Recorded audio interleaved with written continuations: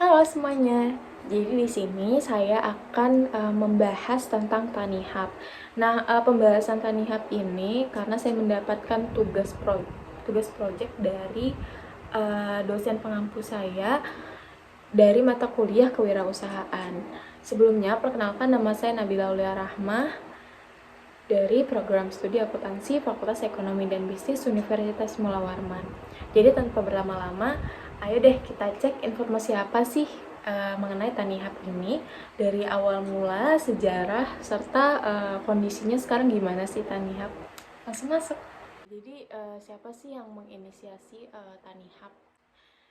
Jadi yang menginisiasi Tanihub pertama kali itu bernama Miftahul Khairi. Nah, kenapa sih beliau ini menginisiasi Tanihub? Pada awal mulanya, kenapa Miftahul Khairi ini menginisiasi ingin membuat sebuah startup ataupun Tanihub? Itu pertama karena dia ini prihatin karena pada masa itu atau pada waktu itu banyak hasil panen yang dibuang ke selokan begitu saja karena harga jualnya yang tidak sesuai atau tidak sepadan. Maka dari itu, Miftahul Khairi ini berinisiatif untuk membuat sebuah startup yang berbasis pertanian yang bisa membantu para petani agar mereka itu sejahtera dan harga-harga untuk panen-panen itu lebih masuk akal. Niat baik dari Miftahul Khairi yang ingin membuat startup demi menunjang para petani itu beliau sampaikan melalui platform online yang dulu itu namanya Cafe Startup. Nah, baiknya lagi, niat itu disambut positif oleh Wawan Setiawan yang pada saat itu beliau juga ingin membentuk konsep agriculture resource planning. Nah, jadi agriculture resource planning ini bertujuan untuk memperbaiki kualitas dan kuantitas dari hasil panen melalui metode precision farming. Yang pada akhirnya tahun 2015 terbentuklah startup bernama Tanihub untuk menunjang para petani dan hasil panen mereka. Nah, jadi pada awal terbentuknya Tanihub ini sangat berjaya. Jadi mereka ini bermitra dengan 35.000 petani dan dari 480 kelompok. Nah, bayangkan tuh sebanyak apa Tanihub ini membantu para petani di seluruh Indonesia.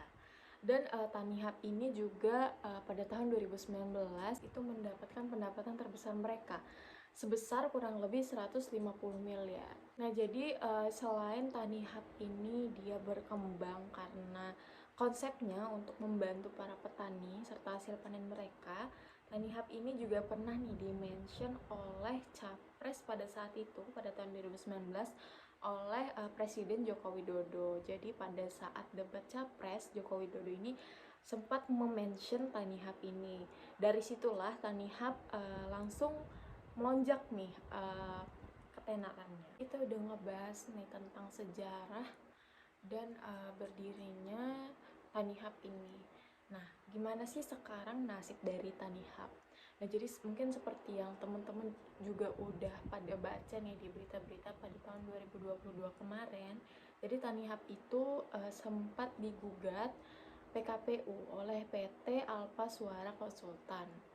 Dan setelah penggugatan itu terdapat 2 cabang dari Tanihub ini ditutup di cabang Bali dan cabang Bandung. Banyak kabar yang beredar bahwa Tanihub itu ditutup karena masalah perekonomian. Tetapi manajer dari communication corporate mereka yaitu Bisma menjelaskan bahwa mereka ini memang menutup 2 cabang dan melakukan PHK. Namun hal itu tidak membenarkan bahwa mereka menutup keseluruhan dari startup Tanihub itu. Namun mereka itu hanya berpindah fokus. Yang dari awalnya fokusnya itu terbagi-bagi seperti sektor rumah tangga, namun sekarang mereka itu hanya berfokus kepada penjualan dan pertanian hasil sayur dan buah. Jadi untuk sektor rumah tangga itu mereka tidak lagi berfokus kepada bidang itu. Oke, jadi tadi penjelasan tentang Tanihub dari awal mula dia berdiri, terus siapa yang menginisiasi startup ini hingga dia berada di titik puncak, dan pada saat ini dia banyak dikatakan orang sudah bangkrut. Baik, mungkin sekian saja informasi yang bisa saya berikan tentang Tanihub. Mungkin kalau misalkan teman-teman masih ingin mencari tahu mengenai Tanihub, bisa langsung cek aja di website, banyak berita-berita mengenai Tanihub. Dan saya pamit undur diri. Salam semuanya.